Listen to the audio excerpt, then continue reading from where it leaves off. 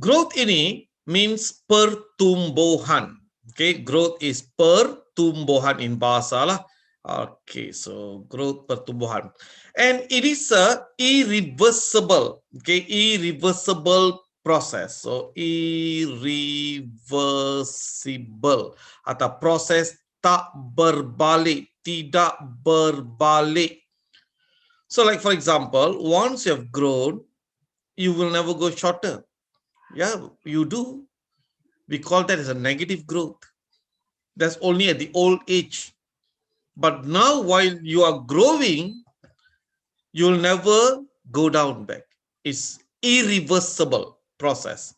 Process tak berbalik.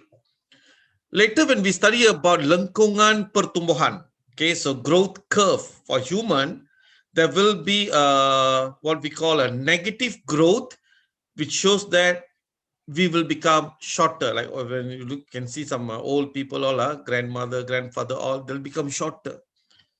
That's because of shrinking of the muscles, cells, and also some nerve fibers, and so on. That's why. So that one is negative growth. They're no longer growing, but we are growing. When we are growing, so it's irreversible. Normally, increment, how we can refer there's a growth based on increase in dry mass atau berat kering. Apa tu dry mass atau berat kering? Mass without water. Mass without water. That is dry mass. Berat tanpa air. Let's say you ambil satu tumbuhan, cabut satu tumbuhan, letak dalam oven, biar dia kering, no water, then you weigh. Alright, so jangan sampai terbakar lah. Panaskan air semua menjejak daripada dia, and then you timbang. That's what we call dry mass. Not net mass, dry mass. Size. Last time when you're a baby, you're maybe only about 1 foot, okay, size. Then you're growing into several feet.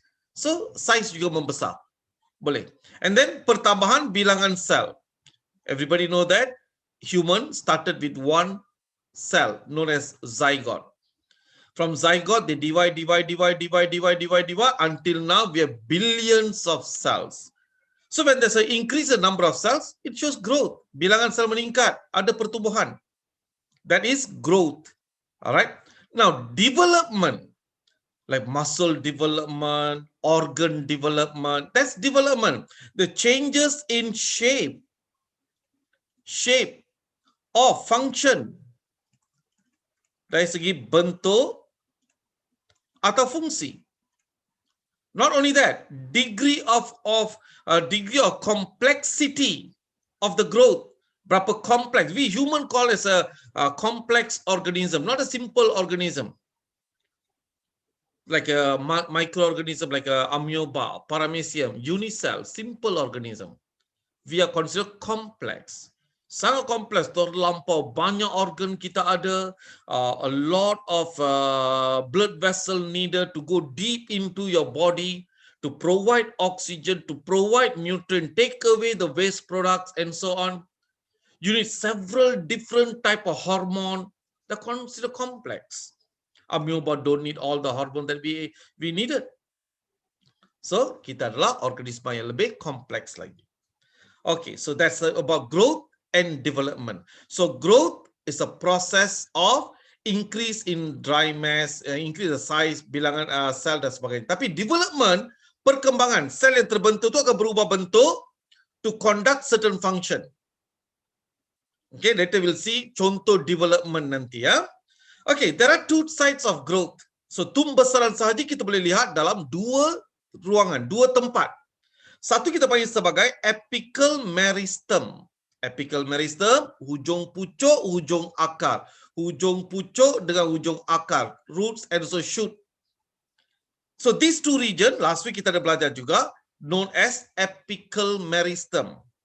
Meristem apex. The second one is a lateral meristem ataupun bahagian sisi. Meristem lateral sebagai bahagian sisi. Tadi ujung atas dengan bawah, ini secara sisi. Now look at the apical meristem. What will happen at the shoot and the root? dua bahagian ini causes elongation of root or elongation of stem. Batang pokok akan memanjang menjadi lebih tinggi lagi, most of the plants. Akar akan memanjang masuk lebih ke dalam lagi. So, tumbesaran di bahagian apical meristem ini juga dikenali sebagai primary growth.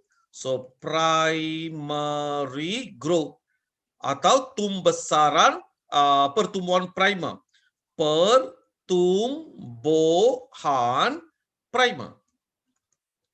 So, primary growth, the first growth. We will study about primary growth separately in a while. Primary growth atau pertumbuhan primer. Mana berlaku? Hujung pucuk, hujung akar. Dua tempat ini. Lateral meristem occur at vascular cambium. Cambium ataupun ni ya, cambium vascular.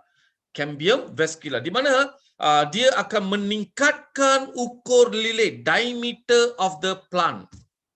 And cambium, cork cambium ataupun cambium gabus. Dua ini.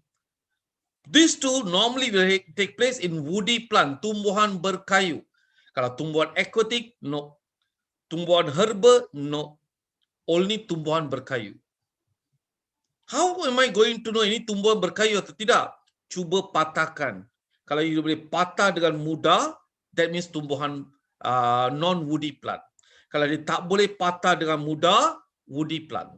Like for example, bunga raya. Bunga raya, ranting-ranting dia semua, you want to break it, not that easy. Dia ada tisu berkayu, cellulose fiber a lot. If you talk about kangkung, easily can break. Plant, let's say sawi, easily can break. Tumbuhan herba. Normally woody plant, they can grow taller. But herbaceous plant, dia tak boleh grow taller. Hardly 1 meter. 1 meter pun tak boleh juga, susah. Most of the plants, the flower plants, all these are non-woody plants.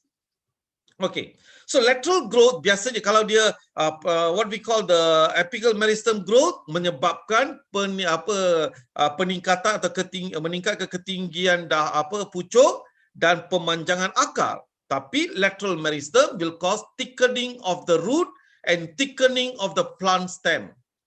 Most of the time will be the plant stem. Roots okay, not that great compared to plant stem. Stem, batang pokok menebal dengan lebih ketara berbanding dengan penebalan akar. So happens after primary growth. The first, mesti kena hook or crook, mesti kena ada primary growth. After primary growth, baru kita panggil sebagai secondary. Secondary growth. Atau dalam bahasa Melayu, pertumbuhan sekunder. So primary growth kena berlaku dahulu. After primary growth baru secondary growth. Is there any plant direct secondary growth? Tak ada.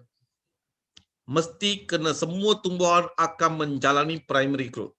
The secondary growth whether will occur or not depending on the type of plants.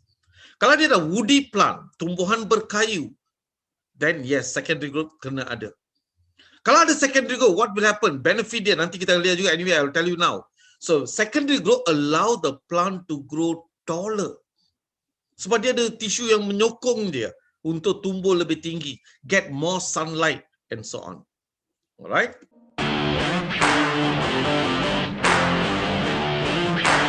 Let's go!